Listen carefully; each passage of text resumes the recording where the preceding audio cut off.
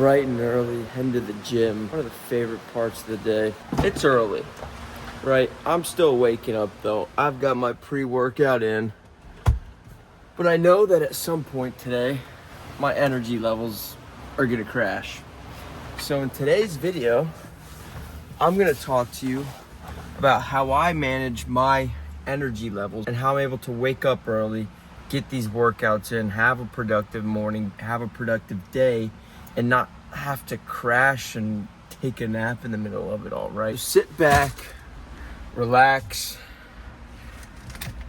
and let's go get this workout in. And I'm actually pretty excited. Been traveling a good bit, so my sessions for lifting at a big gym and not having to use 50-pound dumbbells at a hotel or something, I've been very few and far in between. Pumped for this session right now. I would classify myself as a morning person, but I think people don't realize that just because you're a morning person doesn't mean you don't wake up still tired.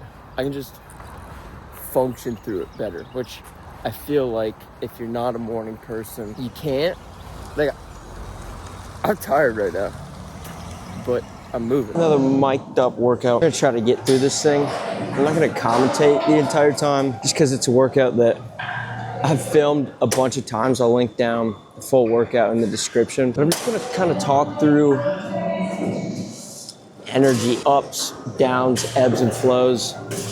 It's a very challenging game that I don't think most people are just born with handling. I think you go through a lot of things that figure out what gives you energy and what takes energy from you. But like I was saying earlier, just because you're a morning person per se, you don't just wake up fired up. Like, I was watching some other videos of some guys all amped up in the gym working out, and I was thinking, man, I wish I could do that in my videos. But I mean, I work out in the morning because I like working out in the morning.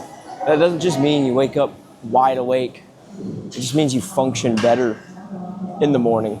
And you look around, there's no one like that in the gym at 5 in the morning. At 5 p.m., yeah, but not in the morning. So just because you're up and about doesn't necessarily mean that energy's there. All right, last set of this.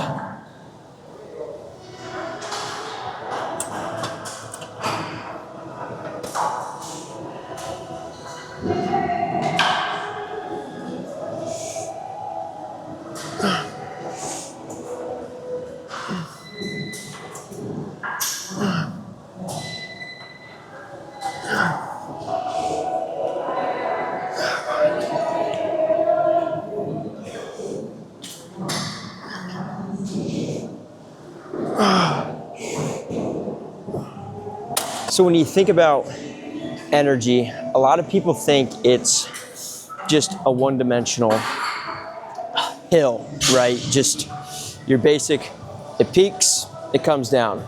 And that's not true. The older you get, the more you realize it's a freaking roller coaster, ups, downs, loop-de-loops, roundabouts. And you got to figure out how to control that. Obviously, your energy is not always going to be 10 out of 10 through the roof, but you can manage and expect when you're going to peak and know when you're going to drop. And by knowing that and being able to time things like that can really improve your life in a lot of different ways.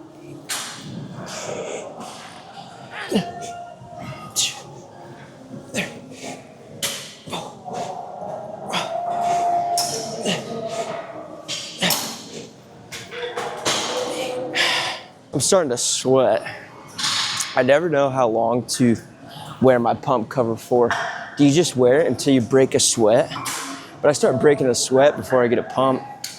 Do you wait till halfway through your workout? But then I feel like at that point, you might as well just keep it on. I don't know. I'm big on like first exercise, after that, just taking it off. Let me know below how deep into a workout you take yours off.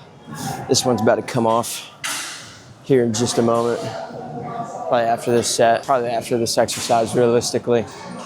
Moving a little slow this morning. Just like right now. The energy for this workout is dipping, but that's okay because I'm basically done with this workout. I got a set of arms and then we're out of here. So I don't need my energy to be a 10 right now. I wanted it to be a 10 at the beginning, but at the end, I don't care that much. Now, I'm gonna want these energy levels to pick back up as I get on with my day. But as far as being a 10 out of 10 energy for this workout, I'm all good. I'm set right now. I'm not worried about it. All right, let's get through this workout. Workout done. And that was surprisingly good. Now, obviously, one of the biggest things when it comes to managing your energy is gonna be your sleep and the quality of your sleep. Last night, I felt like I tossed and turned all night. Now, I use a Garmin watch, and overall, I would highly recommend it over everything else. As far as I've seen, the Garmin watch, I think, is the best. But sometimes I feel like, last night as an example, like I felt like I did not sleep that well. And then I woke up this morning and my sleep score was a 91. And I thought, there is no way that's accurate. So I haven't really tested a Whoop, but I have a feeling that it might be a little more accurate when it comes to showing your recovery, showing your sleep. But the reason I don't use it is because of the functionality outside of that with the Garmin, tracking your runs, workouts, all of that. But your sleep is going to be the biggest thing when it comes to managing your energy. Not just getting 8 hours, but having a quality 8 hours. So I think everyone knows that, they recommend 7 to 9 hours for your average person is going to be enough sleep. When it comes to managing your energy, your body loves routine. So if you have days where you really need to plan out your energy and it's very important that you're peaking at certain moments, it's important to stick to your routine. Going to bed at the same time, waking up at the same time. Now, being off an hour here, hour two isn't gonna kill you. Relax, it's not that big of a deal. But I know for myself, if it's the weekend and during the week I was going to bed at 9, up at 4 or 5, whatever it is, and then on the weekend all of a sudden I'm staying up till 10, 11, and then I'm sleeping in until 7, 8, 9, it really messes with my energy levels. I'm peaking at different times, I'm dropping at different times, and it's just really hard to gauge. The biggest thing that I would recommend if you're trying to figure out your energy levels, figure out your sleep, figure out if you are a morning person, an evening person, set a routine, because once you have a routine, it's easy to make those small adjustments that you need to kind of plan out your days and therefore plan out your energy. See, the problem is, just like today, wrap that workout up, and then from there was nonstop. And when you're going and going and going, it's hard to really check in on yourself and realize where your energy levels are at and how you're feeling. Because when you're just rolling, you get tunnel vision, and you never really have that time to ask yourself, where am I? So if you're looking at your energy in terms of capability and output, then it really doesn't matter what you do. It's about putting yourself in a scenario that you can just run with.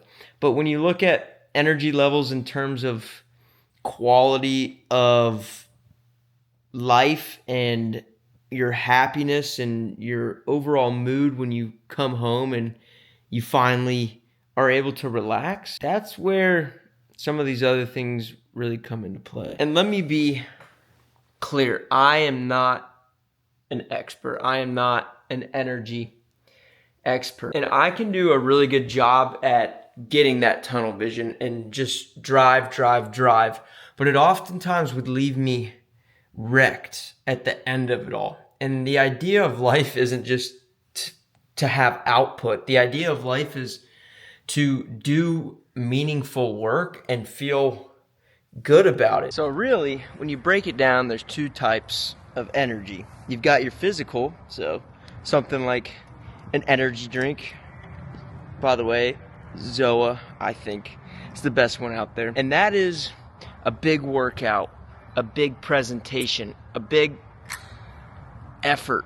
You want to time your peak physical energy because you want to perform at your very best. And you get better at this over time by learning nutrition, sleep, hydration, when your energy levels peak and when they dip. And you want to time these big efforts so that you can perform your very best to be at your peak energy level, so you can give it everything you got. Then the more important one